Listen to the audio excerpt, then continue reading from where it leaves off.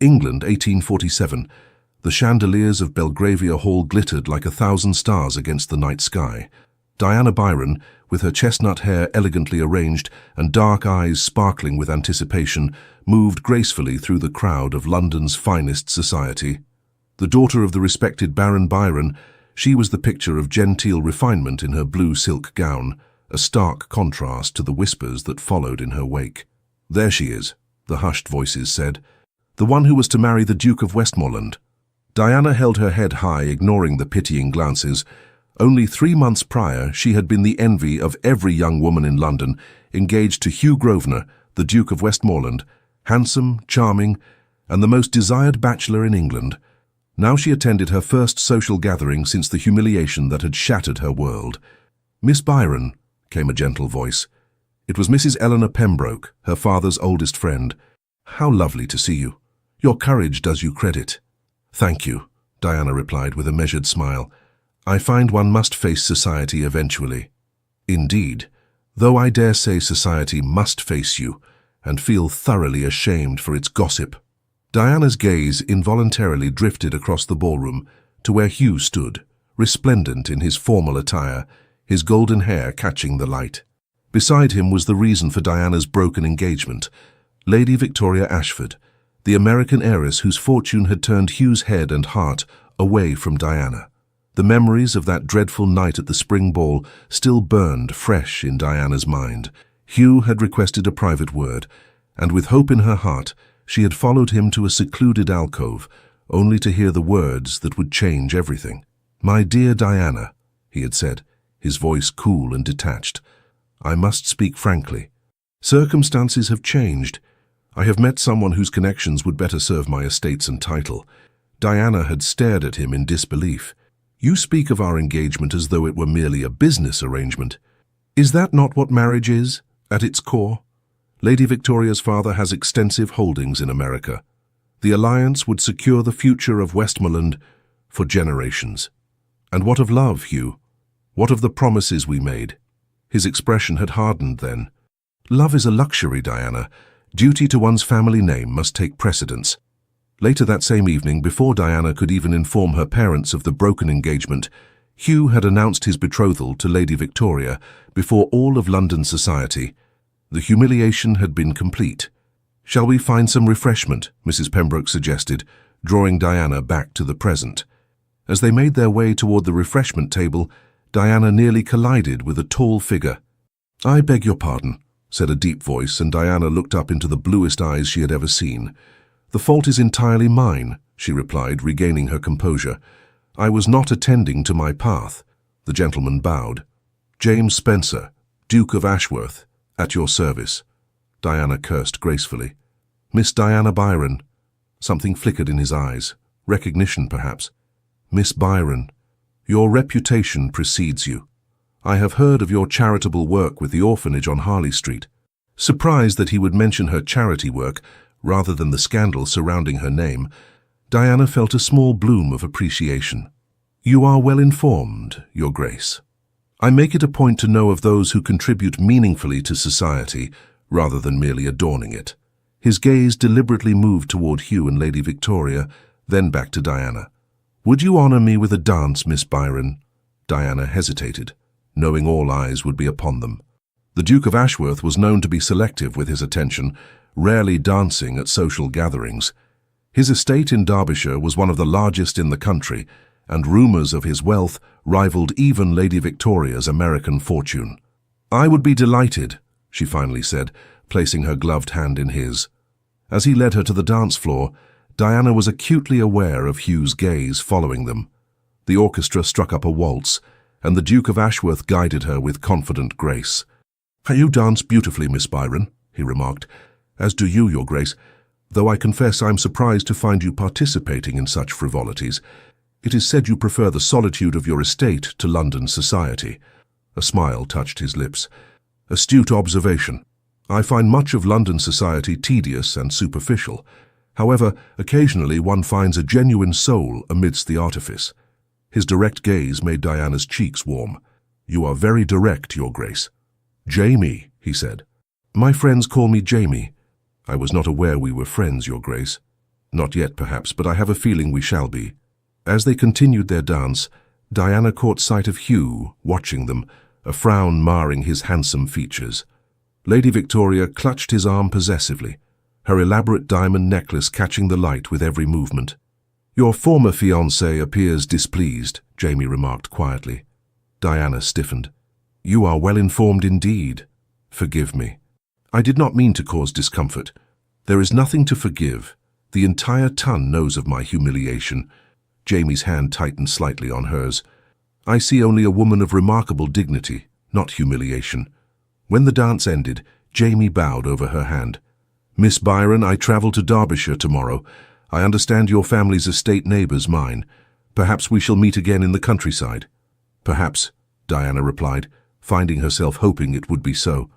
As the evening progressed, Diana observed Hugh making repeated attempts to approach her, only to be intercepted by one acquaintance or another. Finally, as she was preparing to depart with her parents, he managed to corner her in the entrance hall. "Diana," he said, his voice low and urgent, "you look well." "Thank you, Your Grace," she replied coldly, emphasizing his title. "Must we be so formal? We have known each other since childhood. Formality seems appropriate given the circumstances." Hugh glanced around to ensure they were not overheard. "My engagement to Lady Victoria was a matter of practicality. It does not change what was between us." Diana felt a sharp pain in her chest. "On the contrary, Your Grace, it changed everything." "I see you have made the acquaintance of Ashworth," Hugh said, his tone hardening. "He is not what he seems, Diana. There are rumors about his past. How curious that you should concern yourself with my acquaintances when you have made your priorities so abundantly clear." Diana's voice was steady despite her racing heart. "Now, if you'll excuse me, my parents are waiting." As she turned away, Hugh caught her arm. "Diana, please, there is much you do not understand." She gently but firmly removed his hand. "I understand perfectly, Your Grace. Good evening." The ride home in the family carriage was quiet, her parents exchanging concerned glances. "You conducted yourself admirably tonight, my dear," her father finally said. Diana gazed out at the foggy London streets. "I have decided to accept your suggestion, Father. I shall go to Derbyshire tomorrow." Baron Byron nodded approvingly. "Excellent. The country air will do you good." What Diana did not say was that the prospect of seeing Jamie Spencer again had suddenly made the idea of retreating to the countryside far more appealing than she had anticipated.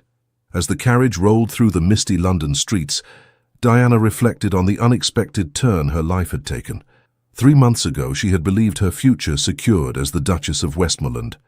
Now that dream lay shattered. Yet somehow, as she recalled the intensity of Jamie Spencer's blue eyes, Diana felt the first stirring of something new. Not hope, perhaps, but possibility. The rolling hills of Derbyshire spread before Diana like a verdant tapestry as the Byron family carriage wound its way along the country road. After 2 weeks at Heathwood, her family's modest but elegant country estate, Diana had already felt her spirits lifting.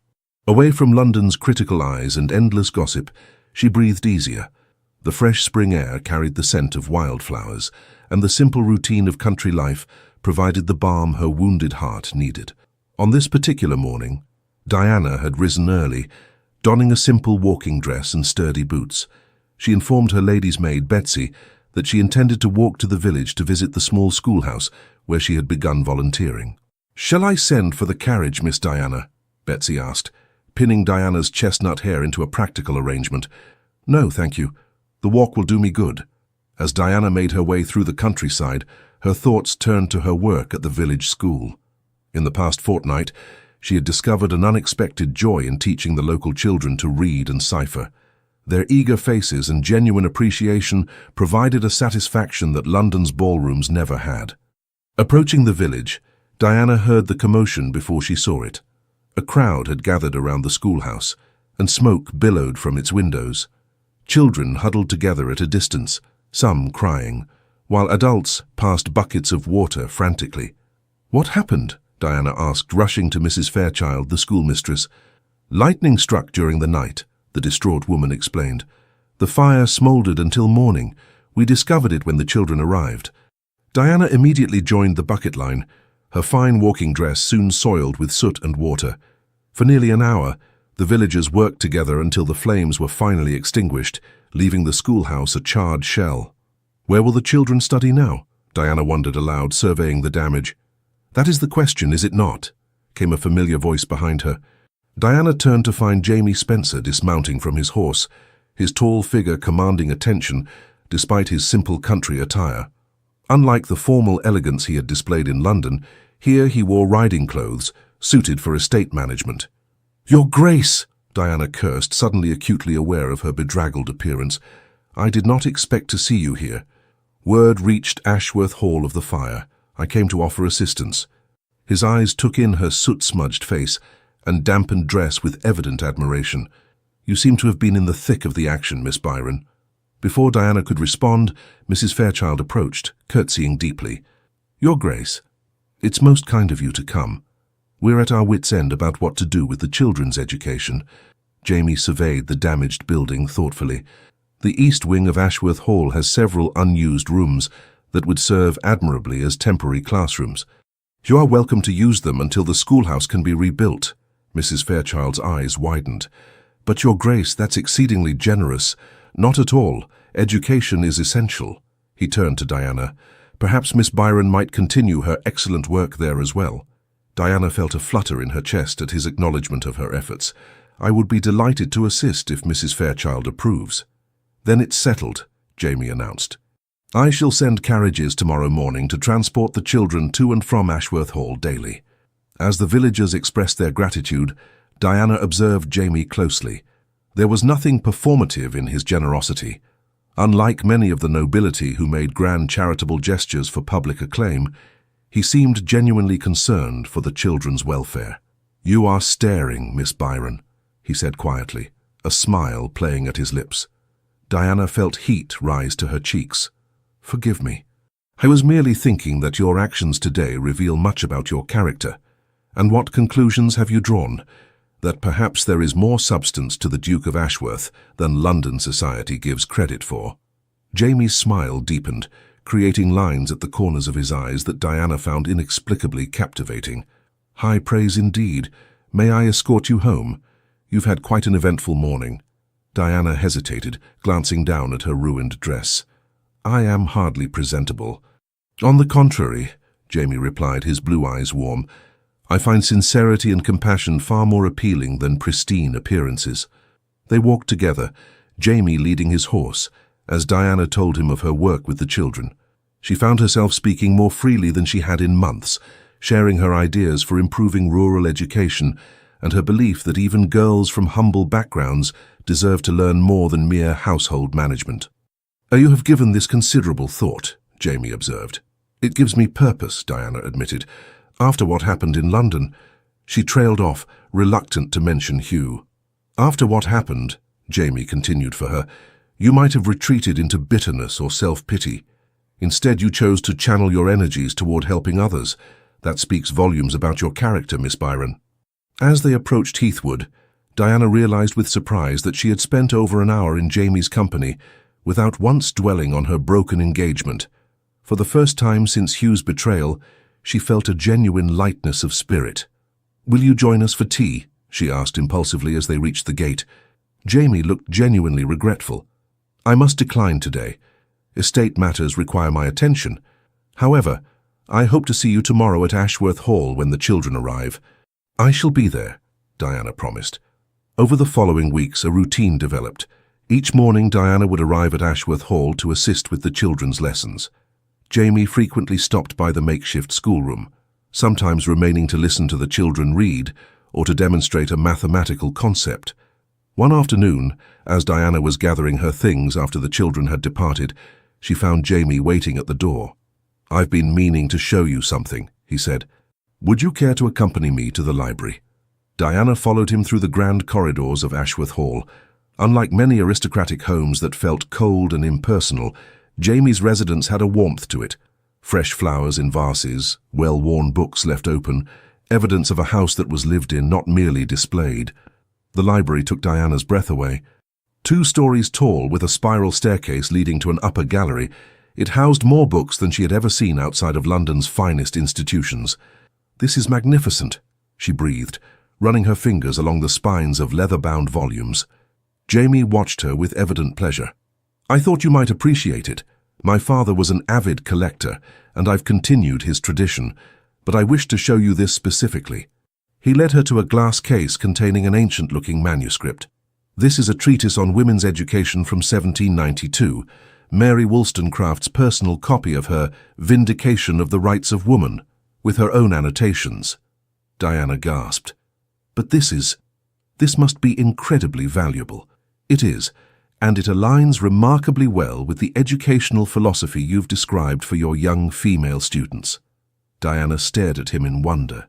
"You remembered our conversation." "I remember everything you say, Diana," Jamie replied softly.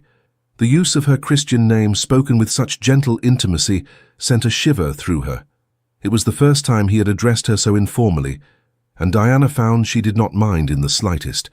Their eyes met, and Diana felt something shift between them, a recognition, a possibility.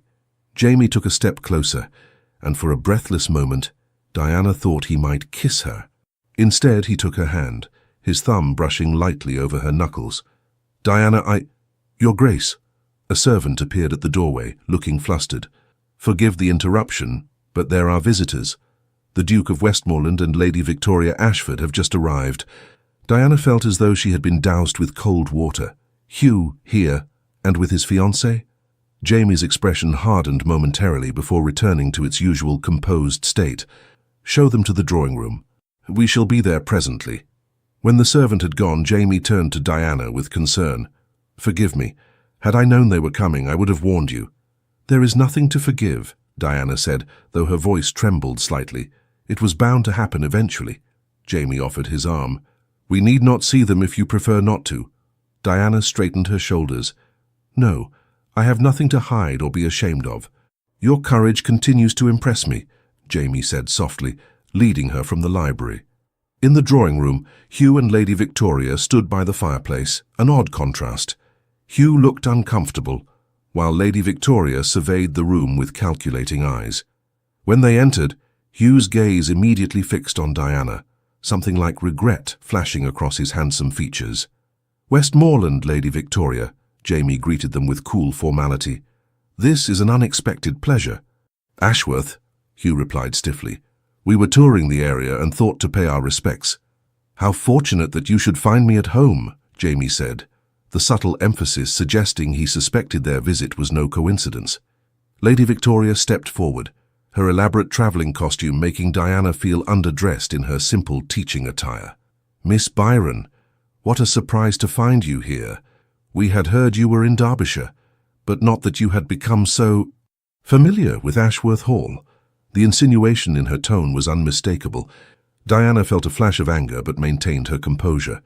"I assist with teaching the village children, who are temporarily using His Grace's East Wing as a schoolroom." "How charitable," Lady Victoria replied, her tone suggesting it was anything but, though one wonders why a duke would concern himself with the education of peasants. Jamie's voice cooled noticeably. "I find investing in education yields far greater returns than many other pursuits, Lady Victoria, but perhaps American sensibilities differ from ours." Hugh cleared his throat uncomfortably. "We won't impose long. We are expected at Chatsworth this evening." "The Devonshires are entertaining then?" Jamie inquired politely. "A small gathering," Lady Victoria said, clearly pleased to emphasize their social connections. "The Prince Regent is expected." "How lovely for you," Diana said evenly. "I'm sure it will be a magnificent affair." Hugh's eyes hadn't left Diana. "You look well, Diana. Country life evidently agrees with you." "Yes," she replied simply. "I have found great satisfaction here." An uncomfortable silence fell until Jamie smoothly suggested refreshments. As tea was served, Diana noticed the tension between Hugh and Lady Victoria, small signs of discord in their exchanged glances and curt responses to one another. "I understand congratulations are in order," Jamie said, his tone perfectly pleasant though his eyes were watchful. "Your wedding is to be this autumn, is it not?" Hugh shifted in his seat. "The date is not yet fixed." Lady Victoria's smile tightened. "My father insists on certain financial arrangements being settled first. Legal matters can be so tedious." "Indeed," Jamie murmured. particularly when one party may have misrepresented their circumstances. Diana glanced sharply at him, wondering at his meaning. Hugh's face darkened, but before he could respond, Lady Victoria rose abruptly. "We really must be going if we're to reach Chatsworth before dinner," she announced. "Thank you for your hospitality, Ashworth." As they prepared to depart, Hugh managed a moment alone with Diana in the entrance hall, while Jamie escorted Lady Victoria to their carriage. "Diana," Hugh said urgently, "I've made a terrible mistake." Diana felt a painful thudding in her chest, but kept her expression neutral. "We all make choices, Your Grace. Not a day passes that I don't regret what I did to you." His voice dropped to a whisper. "Victoria's fortune is not what it was rumored to be, and her father's demands grow more unreasonable by the day. The marriage may never happen. And this should concern me how?" Diana asked, though her voice caught slightly. Hugh stepped closer. "Because I never stopped loving you." For a moment, Diana felt the ghost of her former feelings. The girl who had loved Hugh since childhood stirred within her. But then she thought of Jamie, his kindness, his respect, the way he valued her mind and her convictions. "I believe your fiancé is waiting," Diana said quietly. Hugh's face fell. "This isn't over, Diana. We have too much history to simply end." After they had gone, Diana found Jamie in the library, staring pensively out the window. "Are you all right?" he asked when he noticed her. "Yes," Diana replied, surprised to realize it was true. "Seeing Hugh was less difficult than I expected." Jamie studied her face. "He still harbors feelings for you." It wasn't a question, but Diana answered anyway. "He claims to, yes, but I've learned that Hugh's words and his actions rarely align. And you? Do you still harbor feelings for him?" Diana considered this carefully. "I think a first love always leaves its mark. But what I felt for Hugh seems like a girlish infatuation now. I've changed since then." Jamie took her hand, his touch sending warmth through her. "For what it's worth, I believe the change is remarkable. You've grown into your strength, Diana Byron." As Diana returned home that evening, she realized that the pain of Hugh's betrayal had diminished to a dull ache, replaced by something new and promising. Feelings for a man who saw her value beyond her beauty or family connections, who respected her mind and shared her principles. For the first time since that fateful spring ball, Diana found herself looking forward rather than back, and the future suddenly seemed bright with possibility. Summer blossomed across Derbyshire, painting the countryside in vibrant hues. The temporary schoolroom at Ashworth Hall had evolved into something more permanent, with Jamie commissioning proper desks and educational materials from London.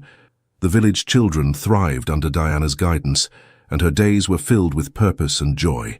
Her friendship with Jamie had deepened into something more profound. They spent hours discussing books, debating philosophical ideas, or simply enjoying each other's company in comfortable silence. Diana had never known such ease with anyone, certainly not with Hugh, whose conversation had always revolved around society gossip and hunting. On a warm July afternoon, Diana and Jamie rode out to survey the progress on the new schoolhouse being built in the village. Jamie had not only contributed generously to its reconstruction, but had insisted on improvements: larger windows for better light, a separate library room, and proper heating for winter months. "The children will scarcely recognize it," Diana remarked as they dismounted to examine the half-finished structure. "They deserve nothing less," Jamie replied. "Their education today shapes the county's future." Diana smiled up at him. "You speak like a man with a personal stake in education." "I suppose I do," Jamie admitted, his expression growing thoughtful. "My mother died when I was young, and my father was often absent. Books and a particularly dedicated tutor were my salvation during a lonely childhood." Diana touched his arm gently. "I didn't know. You rarely speak of your family. There is little to tell. My father was a good duke, but a distant parent. He expected me to fulfill my duties to the title, nothing more. And yet you've become so much more than just a title," Diana said softly. Jamie's eyes met hers, their blue depths reflecting something that made Diana's heart quicken. "Because of people like you, Diana. People who see beyond rank and privilege to what truly matters." They continued their inspection, discussing plans for the autumn term, when a commotion at the village crossroads caught their attention. A carriage had overturned, and a crowd was gathering. Without hesitation, Jamie rushed toward the accident, Diana following close behind. The carriage lay on its side, its wheels still spinning slowly.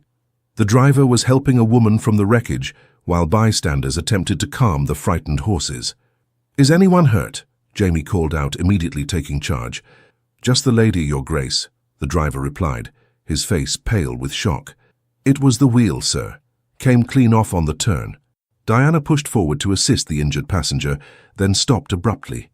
It was Lady Victoria Ashford, her travelling dress torn and muddied, a trickle of blood running from a cut on her forehead.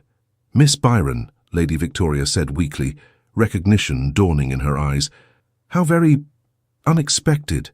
"You're injured," Diana said, setting aside any personal feelings. "Let me help you."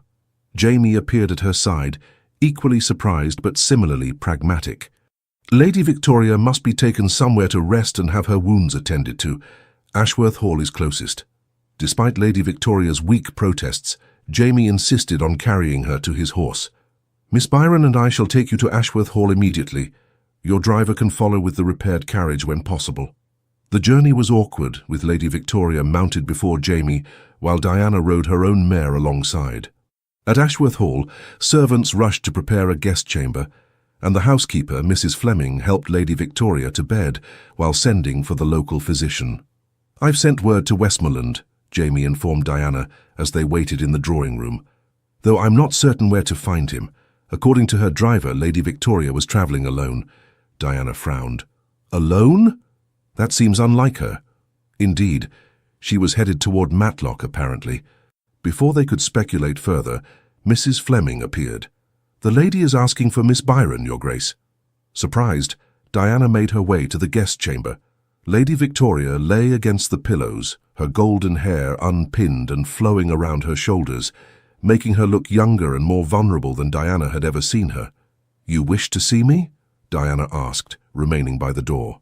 "Please, come closer," Lady Victoria said, her voice lacking its usual sharp edge. "I find I owe you an explanation at the very least." Cautiously, Diana approached the bedside. "There's no need—" "There is every need," Lady Victoria interrupted. "You must think me the villain in your story, and perhaps rightly so." Diana remained silent, unsure how to respond. Lady Victoria sighed. "I was raised to make an advantageous match. My father made it abundantly clear that our family's continued prosperity depended upon it. When we came to England and I met Hugh, well, he was exactly what I had been instructed to find. A duke with an ancient title but estates in need of funds. I don't see how this concerns me," Diana said, though she felt a growing discomfort at the intimate confession. "It concerns you because I knowingly pursued a man who was engaged to another, something I have come to deeply regret." Lady Victoria's eyes filled with unexpected tears. "Hugh does not love me. He has never loved me. Even now, as our wedding approaches, he speaks of you." Diana's chest tightened. "Lady Victoria, please, call me Victoria. Formality seems absurd under the circumstances." "Victoria, then. Whatever was between Hugh and me is in the past." "Is it?" Victoria asked sharply. "Because I've seen how he looks when your name is mentioned. I've heard him call out for you in his sleep." Diana felt her cheeks flame. "I'm sorry, but this is most improper." "Improper, yes, but necessary," Victoria insisted. "I was travelling to Matlock to meet my father. I've decided to break the engagement." Diana stared at her in astonishment. "But why?" "Because a marriage without love is a prison, Miss Byron. One I've finally found the courage to escape." Victoria's gaze was direct now. "My father insisted on this match, threatening to cut me off without a penny if I refused. I have decided I would rather be penniless than miserable for a lifetime." "I don't know what to say," Diana admitted.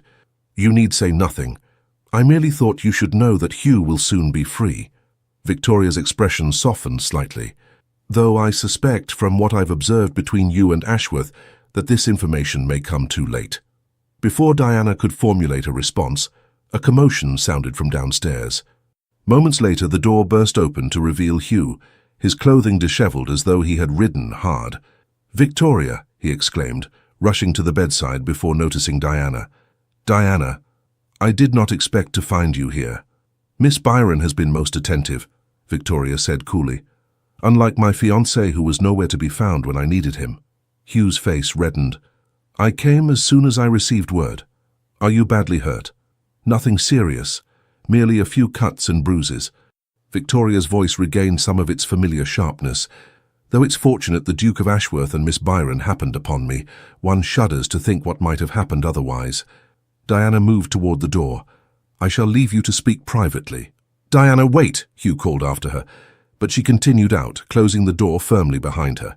In the corridor, she nearly collided with Jamie, who had evidently been coming to check on the situation. How is she? He asked. Recovering well, Diana replied, then hesitated.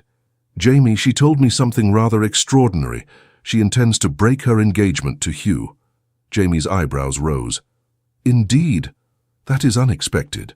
She claims to have realized that a marriage without love is not worth the security it brings, Diana said, still trying to process the conversation. A wise realization, though one wonders at the timing, Jamie remarked thoughtfully. Before Diana could respond, the guest room door opened and Hugh emerged, his expression thunderous. Ashworth, he acknowledged curtly, then turned to Diana. Might I have a word with you, Diana, in private? Jamie stiffened beside her. Miss Byron is under no obligation. It's all right, Diana interrupted gently, touching Jamie's arm. I'll speak with him. Jamie's eyes searched hers, concern evident. Very well. I shall be in the library should you need me. Diana led Hugh to a small sitting room down the corridor, maintaining a careful distance between them as she closed the door. Victoria has just informed me she wishes to end our engagement, Hugh said without preamble. Yes, she mentioned as much to me, Diana replied evenly. Hugh ran a hand through his hair, a gesture of frustration Diana remembered well. She claims I am still in love with you, that I have been miserable without you. Diana remained silent, waiting. The devil of it is she's right, Hugh continued, stepping closer. Diana, I have regretted my decision every day since I made it. Losing you was the greatest mistake of my life. Hugh! No, please hear me out. His voice grew urgent. I was a fool, blinded by ambition and the promise of Victoria's fortune. But wealth means nothing without happiness, without you. He reached for her hands, and Diana allowed him to take them, feeling a curious detachment as she looked into the face she had once loved so desperately. We could start again, Hugh pleaded. The moment Victoria returns to America, I shall be free. Free to follow my heart, which has always belonged to you. There was a time when such words would have made Diana's heart soar.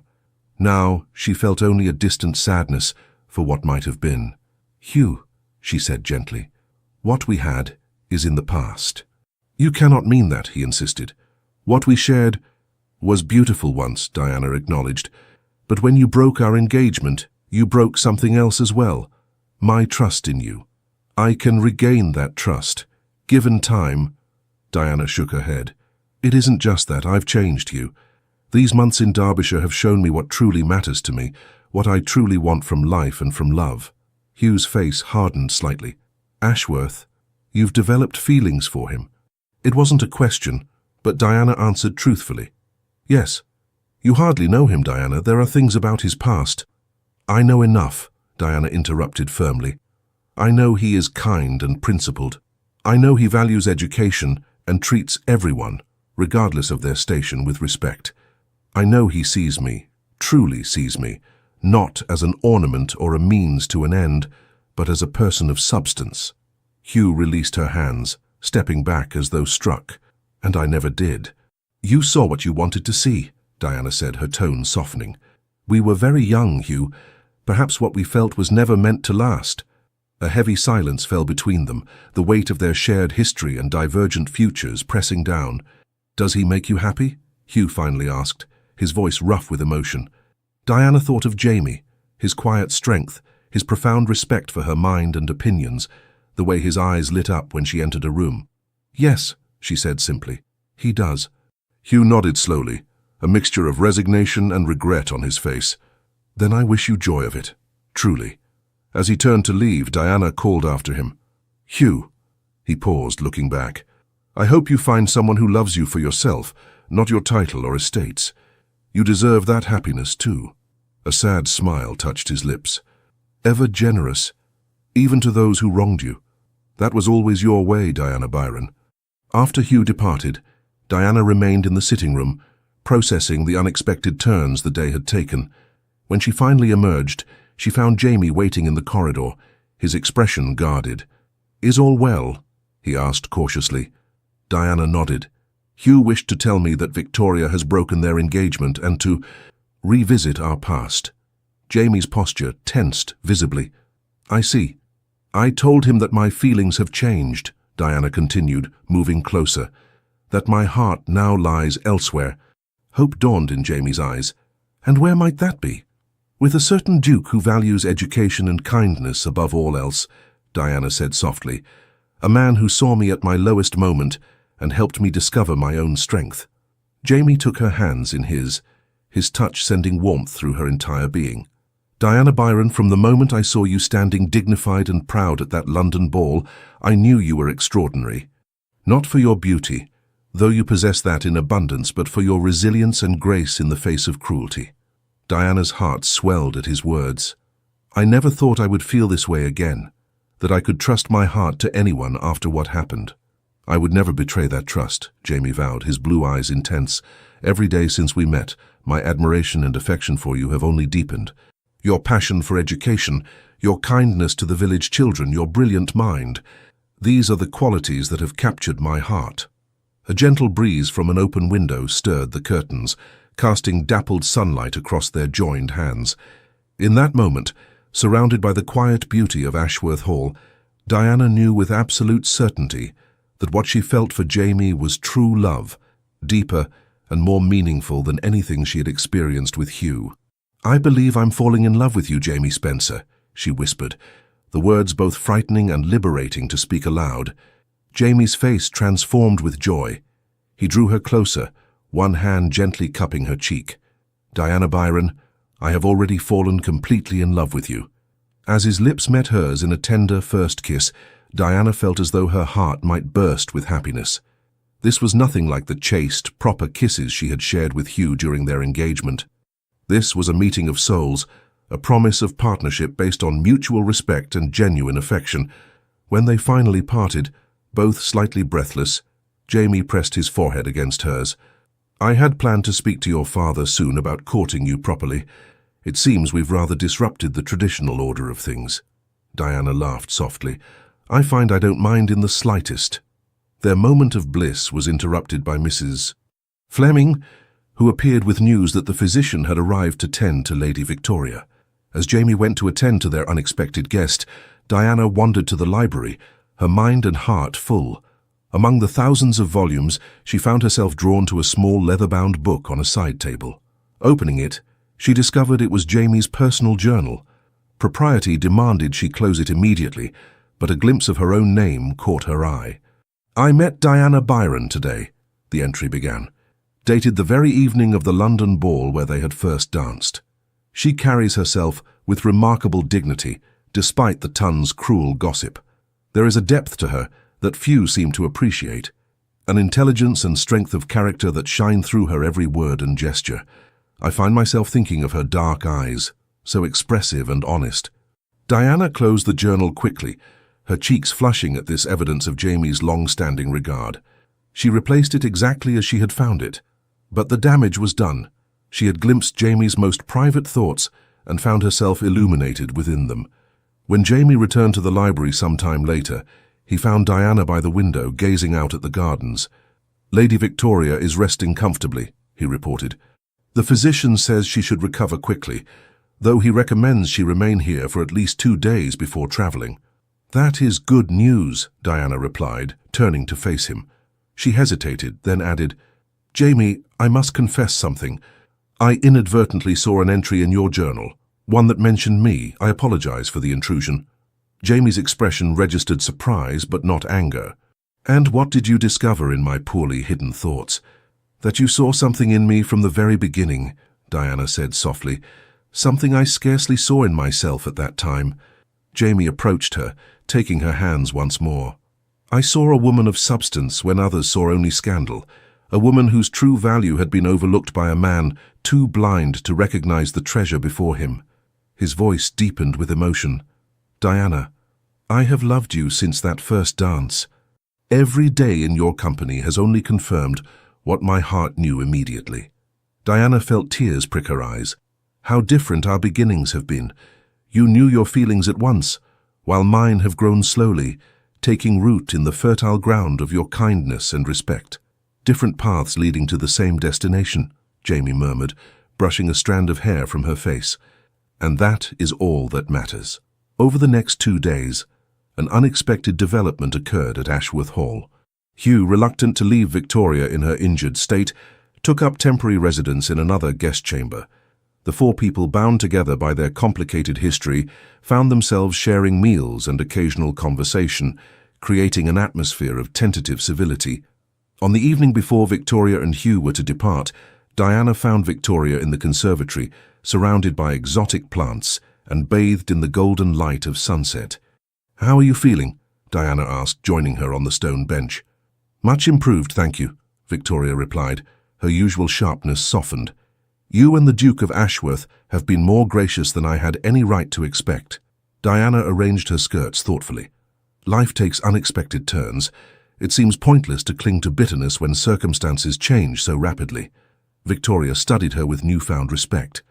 "You are rather remarkable, Diana Byron. I can see why both men love you." Diana's gaze went to the doorway where Jamie stood deep in conversation with Hugh. The 2 dukes, so different in temperament and character, appeared to be speaking with unexpected earnestness. "Hugh does not love me," Diana said gently. "He loved the idea of me, the perfect accommodating wife who would grace his arm and never challenge his decisions." Victoria's lips curved in a sad smile. "Perhaps you're right. It seems we were both caught in roles society prescribed for us, rather than following our hearts." "And now? Will you return to America?" Diana asked. "Yes, my father will be furious, of course, but I find I no longer fear his disapproval, as I once did. There is a strange freedom in choosing one's own path, even if it leads away from fortune and title." Diana nodded, understanding perfectly. The most valuable freedoms often come at the highest price. Later that evening, as Diana prepared to return to Heathwood, Jamie drew her into the library for a private moment. "Hugh spoke to me at length today," he said, his expression serious. Diana felt a flicker of apprehension. "Oh? What about?" "About you, primarily, and about certain rumors regarding my past that he had apparently been investigating." "What rumors?" Diana asked, remembering Hugh's veiled warnings. Jamie sighed, running a hand through his dark hair. "It is not a pleasant tale, but you deserve to know it. Before I inherited the dukedom, I was engaged to Lady Eleanor Blackwood. We had grown up together, and the match was considered ideal by both families." Diana waited, sensing the difficulty in his confession. "A week before our wedding, Eleanor eloped with my cousin, Richard. There was a terrible scandal. They fled to the continent, and 6 months later, news came that Eleanor had died in childbirth in Italy. Richard never returned to England." Jamie's voice was tight with old pain. "Society, always eager for scandal, whispered that I had somehow driven her away with cruelty or neglect, that no woman would flee from a ducal marriage unless forced by desperate circumstances." "That's absurd," Diana protested. "Anyone who knows you would understand the accusation is baseless." "The truth was far simpler and far more painful," Jamie continued. "Eleanor loved Richard, not me. She had always loved him, but her family insisted on the more prestigious match. In her final letter to me, she begged forgiveness and said she had to follow her heart, even at the cost of her reputation." Diana touched his arm gently. "I'm so sorry, Jamie. After that, I retreated to Derbyshire, focusing on improving the estate and the lives of those who depend on it.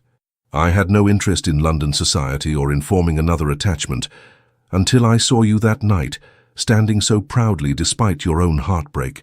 Diana felt a surge of tenderness for this man who had known his own share of pain. "Thank you for telling me. Hugh thought to warn you against me with these rumors," Jamie said wryly. "Instead, he inadvertently gave me the opportunity to be honest with you about my past. I have no secrets from you now, Diana." "Nor I from you," she replied, her heart full. "We have both known betrayal, and perhaps that makes what we've found together all the more precious." The following morning, Hugh and Victoria departed Ashworth Hall. As their carriage pulled away, Diana felt the final chapter of her history with Hugh closing gently, replaced by the promising beginning of a new story with Jamie. "No regrets?" Jamie asked, standing beside her in the morning light. Diana turned to him, her face radiant with certainty. "None whatsoever." Autumn painted Derbyshire in rich hues of gold and crimson. 3 months had passed since the eventful summer days that had transformed Diana's life. The new schoolhouse stood complete in the village, a testament to Jamie's generosity and commitment to education. Diana had established herself as the unofficial headmistress, developing an innovative curriculum that included not only reading and arithmetic, but also natural science and history for both boys and girls. On this particular September morning, Diana stood before the school's entrance, watching as children filtered in for the day's lessons. The crisp air carried the scent of wood smoke and fallen leaves, and her heart felt full with the simple joy of purpose fulfilled. "Miss Byron," called a small voice. It was Emma Simmons, the blacksmith's daughter, rushing forward with something clutched in her hands. "Look what I found in Father's forge.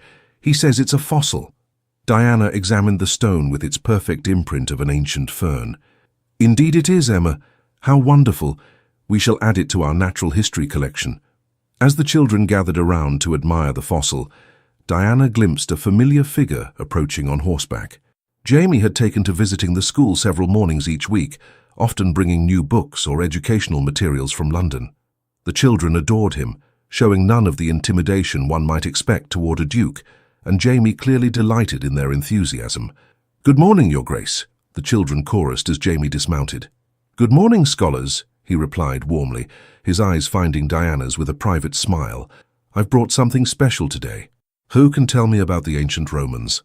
As Jamie engaged the children with tales of Roman Britain, producing a small collection of artifacts he had arranged to borrow from a museum acquaintance in London, Diana watched with growing affection. In the months since their first kiss at Ashworth Hall, their courtship had progressed with proper decorum but undeniable passion. Baron Byron had readily given his blessing, recognizing in Jamie a man of true character and genuine devotion to his daughter. After the lesson, as the children filed inside with their teacher, Jamie took Diana's hand, drawing her toward a nearby oak tree where they could speak privately. "You appear deep in thought this morning," he observed. Diana smiled up at him. "I was reflecting on how much has changed since spring. If someone had told me then that Hugh's betrayal would lead me to such happiness, I would never have believed it." "Life's most difficult paths often lead to unexpected destinations," Jamie agreed, his blue eyes warm with affection.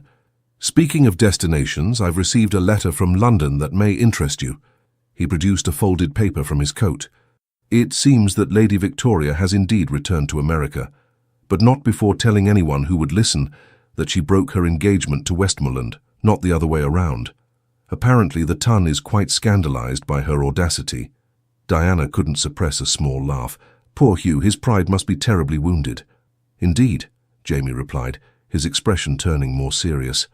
"The letter also mentions that Westmoreland's financial situation has grown dire. Without Victoria's fortune, he may be forced to sell parts of his estate." Diana felt a pang of sympathy for her former fiancé. Despite everything, she could not wish him ill. "That is unfortunate. Hugh's identity is so bound up in his ancestral lands." "There's more," Jamie continued. "According to my solicitor, Hugh has been making inquiries about selling his London house. It seems he intends to retreat to the country and live more modestly.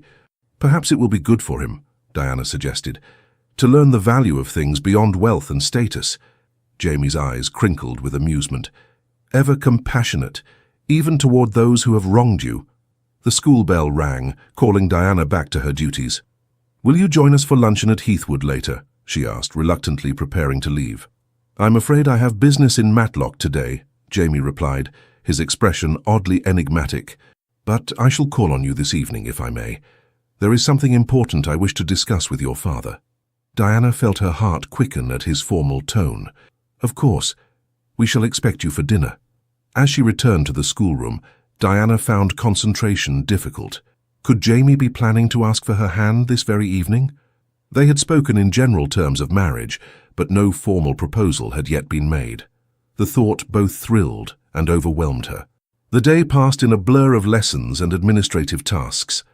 By late afternoon, Diana was gathering her things to return home when the school door opened to admit an unexpected visitor. Hugh Grosvenor stood in the doorway, his elegant attire incongruous in the simple schoolroom. "Hugh," Diana said, startled, "what brings you to Derbyshire?" He removed his hat, looking uncharacteristically hesitant. "I hoped we might speak privately, Diana." She gestured to an empty bench. "The children have gone. We may speak here." Hugh sat, his tall frame awkward on the child-sized furniture. "I've come to apologize, properly this time, and to wish you happy." Diana set aside the papers she had been organizing. "That's very kind, but unnecessary." "It is entirely necessary," Hugh insisted. "I behaved abominably toward you. Out of greed and ambition, I threw away something precious, your trust and affection.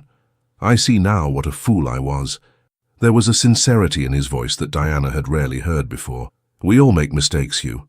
Some mistakes have graver consequences than others." His expression was rueful. "You've heard about my financial difficulties, I presume." "Jamie mentioned something," Diana acknowledged. "Of course he did." Hugh gave a short laugh. "Ashworth always did have impeccable sources of information." "Well, it's true.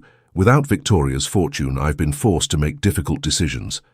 I'm selling the London house and half the art collection. The entailed lands are safe, but only just." "I'm sorry to hear it," Diana said sincerely. Hugh waved away her sympathy. "Don't be. In truth, there's a strange liberation in it. For the first time in my life, I'm making choices based on necessity rather than appearance. It's clarifying." Diana studied him with new interest. This humbler Hugh was a far cry from the arrogant man who had broken their engagement for greater wealth. "But I didn't come to discuss my finances," Hugh continued. "I came because I heard rumors of an impending engagement between you and Ashworth. Is it true?" Diana hesitated. "Jamie has not yet spoken formally to my father, but I believe his intentions are serious." Hugh nodded slowly. "He's a good man, Diana. Far better than I was to you." He reached into his pocket, producing a small velvet box. "Before I go, I wanted to return this. It was always meant for you." He opened the box to reveal a delicate pearl ring that had belonged to his grandmother, the ring he had given Diana upon their engagement, which she had returned after their break.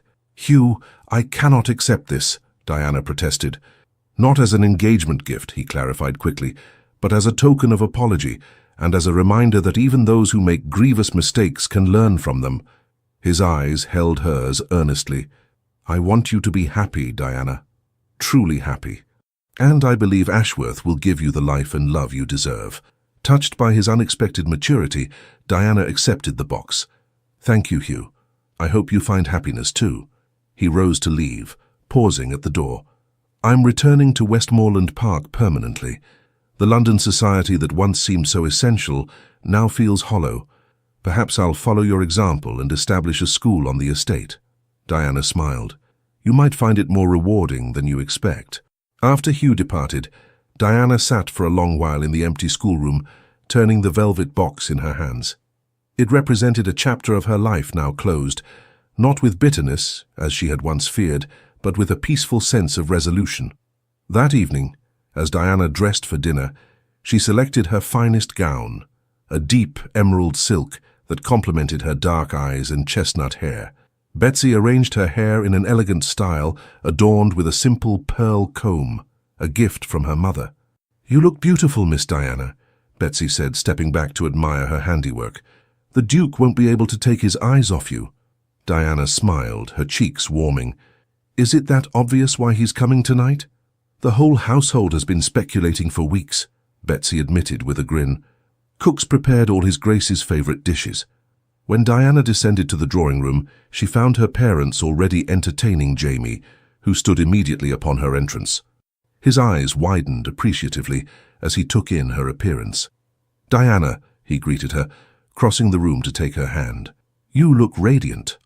Dinner was a pleasant affair, with conversation flowing easily between topics of local interest and broader discussions of politics and literature. Diana noted how naturally Jamie had integrated into her family circle, respectful of her father's opinions, while gently introducing progressive ideas about education and estate management. After the meal, Baron Byron invited Jamie to join him in his study for brandy, exchanging a meaningful glance with his wife that was not lost on Diana. She and her mother retired to the drawing room, where Diana pretended to concentrate on her embroidery, while straining to hear any sound from the corridor. "Patience, my dear," Lady Byron said with knowing amusement. "Some conversations between gentlemen must be conducted properly." Nearly half an hour passed before the study door opened. Diana heard her father's deep laugh, followed by Jamie's voice, though she couldn't make out the words. When they entered the drawing room, both men wore expressions of satisfaction. "Diana," her father said formally, though his eyes twinkled with suppressed joy, "the Duke of Ashworth has requested a private audience with you. Your mother and I shall take a turn in the conservatory." As her parents tactfully withdrew, closing the door behind them, Diana set aside her embroidery with trembling hands. Jamie approached, taking both her hands in his as he led her to the sofa. "Diana Byron," he began, his voice rich with emotion, "these past months have been the happiest of my life. You have brought light and purpose to days I once filled merely with duty." Diana's heart raced as Jamie knelt before her, still holding her hands in his. "I love you more than I believed it possible to love anyone," he continued. "Your intelligence, your compassion, your strength of character, every quality reveals new depths each day we spend together." From his pocket, he produced a small box of midnight blue velvet. Opening it, he revealed a ring unlike any Diana had seen, a perfect sapphire surrounded by diamonds that caught the firelight in dazzling patterns. "This was my mother's," Jamie explained softly. "The only item of hers I truly cherish. The sapphire reminded my father of her eyes, just as it reminds me of the day we met. You in your blue silk gown, standing proud despite your broken heart."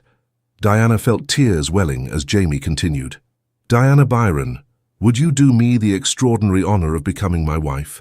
Not for fortune or title, but for love, pure and true, and the promise of a partnership based on mutual respect and shared purpose." "Yes," Diana whispered, her voice catching with emotion. "With all my heart, yes." Jamie slid the ring onto her finger, then rose to sit beside her, drawing her into a tender embrace. His kiss was gentle, yet passionate, a promise of the life they would build together. When they finally parted, Diana rested her head against his shoulder. "I never imagined finding such happiness after what happened with Hugh. It seems almost too perfect to be real." Jamie stroked her hair gently. "Not perfect, perhaps, but real and lasting because it's built on honesty and genuine affection, not calculation or social advantage." Diana remembered her conversation with Hugh earlier that day. "I saw Hugh this afternoon. He came to the school." Jamie stiffened slightly. "Did he? What did he want?" "To apologize.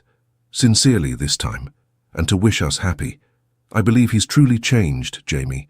His financial difficulties seem to have taught him valuable lessons." Jamie's expression softened. "Then perhaps some good has come from all the pain." Diana nodded thoughtfully. "He returned my old engagement ring, not to rekindle anything, but as a gesture of apology. It made me realize how completely my feelings for him have transformed. Where once there was hurt and betrayal, now there's only a quiet wish for his welfare." "That speaks to your generous spirit," Jamie said, kissing her forehead. "Most would harbor resentment." "What purpose would that serve?" Diana asked simply. "Hugh's betrayal, painful as it was, led me to you. To true love rather than infatuation, to substance rather than mere appearance." She gazed up at her fiancé, heart full. "I would endure that heartbreak 1,000 times if it always led to this moment." 2 months later, on a crisp November morning, the small Norman church in the village near Ashworth Hall was filled with flowers and candlelight. Diana stood at the entrance on her father's arm, a vision in ivory silk and Honiton lace, her mother's veil framing her radiant face. At the altar waited Jamie, his tall figure commanding in formal attire, his blue eyes never leaving Diana as she processed toward him. The assembled guests, family, friends, and villagers alike, watched with approving smiles as the couple who had found love after heartbreak joined their hands and lives before God. Among the congregation sat Hugh Grosvenor, invited at Diana's insistence. As she passed him on her father's arm, their eyes met briefly. Hugh gave her a small nod of genuine approval and something like gratitude, acknowledging the journey that had brought them all to this moment of resolution and new beginnings. The ceremony was simple but moving. When Jamie and Diana exchanged their vows, their voices rang with certainty and joy. The vicar pronounced them husband and wife, and as Jamie bent to kiss his bride, spontaneous applause broke out among the villagers, many of whom had watched their love story unfold over the preceding months. At the wedding breakfast held at Ashworth Hall, Diana and Jamie moved among their guests, accepting congratulations and well wishes. When they reached Hugh, he bowed formally over Diana's hand. "Duchess," he said, using her new title with a smile free from bitterness. "You look radiant with happiness." "Thank you, Hugh," Diana replied warmly. Hugh turned to Jamie, offering his hand. "You're a fortunate man, Ashworth. I trust you'll never take that good fortune for granted." Jamie clasped his hand firmly. "Never, on my honor." As the celebration continued around them, Jamie drew Diana away for a moment of privacy in the library that had become their sanctuary. "Happy, my love?" he asked, his eyes searching hers. Diana reached up to touch his face tenderly. "Completely. This feels like the beginning of something extraordinary, not just for us, but for all the lives we might touch together." Jamie nodded, understanding perfectly. "The school is only the start. With you by my side, I believe we can accomplish remarkable things for Derbyshire. For each other as well," Diana added softly. "Every day, learning and growing together." As they rejoined their guests, Diana caught sight of Hugh preparing to depart. He gave her one last smile, wistful but genuine, before slipping away. In that moment, Diana felt the final pieces of her heart's puzzle fall into place. The man who had once broken her heart had inadvertently set her on the path to true happiness, and for that she could only be grateful. Later, as evening fell and the newlyweds prepared to depart for their wedding journey to Italy, Diana stood with Jamie on the steps of Ashworth Hall. The estate glowed with warm light against the gathering dusk, a beacon of home and possibility. "What are you thinking?" Jamie asked, his arm around her waist.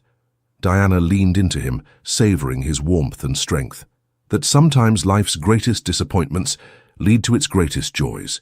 That broken hearts can mend stronger than before. And that the most desired duke may not be the one with the grandest title or the largest fortune, Jamie added with a smile, but the one who treasures what truly matters. "Indeed," Diana agreed, turning in his arms to face him fully. "For what profit a man if he gains the whole world but loses his soul, or his heart's true love?" Their kiss beneath the stars sealed a promise that neither wealth nor status, but only genuine love and mutual respect could fulfill. A lesson hard-learned but infinitely precious, and one they would carry through all the days of their lives together. Dear listener, in the quiet moments before sleep claims you tonight, let us whisper a truth that Diana and Jamie's story has revealed. The compass of your heart never truly loses its way, even when the path seems shrouded in fog. Like autumn leaves dancing to the ground to nourish next spring's bloom, life's bitter disappointments are not endings but transformations. Diana's journey from the ballrooms of London to finding her true purpose in Derbyshire mirrors a wisdom many of us discover in our 7th and 8th decades, that what we once considered our greatest heartbreaks were actually divine redirections. Consider the oak tree that stands tall after 60 winters. Its trunk bears the scars of lightning strikes, its branches show where storms have tested their strength. Yet each mark tells not of defeat, but of triumphant survival. Your life's disappointments, the love that withered, the trust that was broken, the dreams deferred, have etched similar patterns into your soul, creating something more magnificent than perfection could ever achieve. Hugh chose fortune over love and found himself impoverished in spirit. How many of us have pursued society's definitions of success only to discover they were mirages? The wisdom of your years has surely taught you that authentic connections outvalue any material wealth. This hard-earned discernment is not the consolation prize of aging. It is its crowning glory.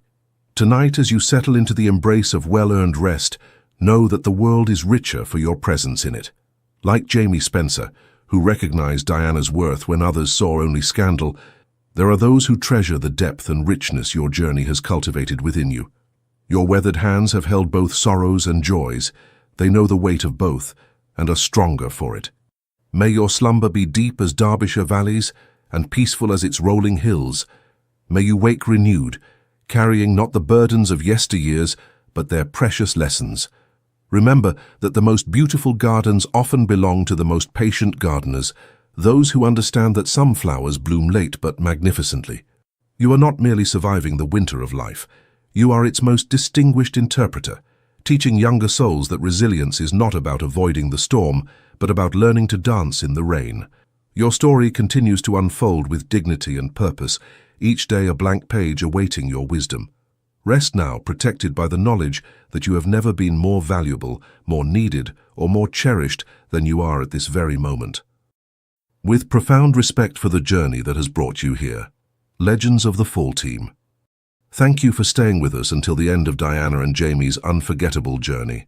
From heartbreak to healing, from betrayal to true love, we hope this story touched your heart the way it touched ours. Please don't forget to like, comment, and subscribe. Your support truly encourages us from the bottom of our hearts to keep creating these deeply emotional stories of love, redemption, and second chances. And remember, at the end of this video, another suggested story will appear. Click it and be swept away once again by a new, powerful romance waiting to unfold.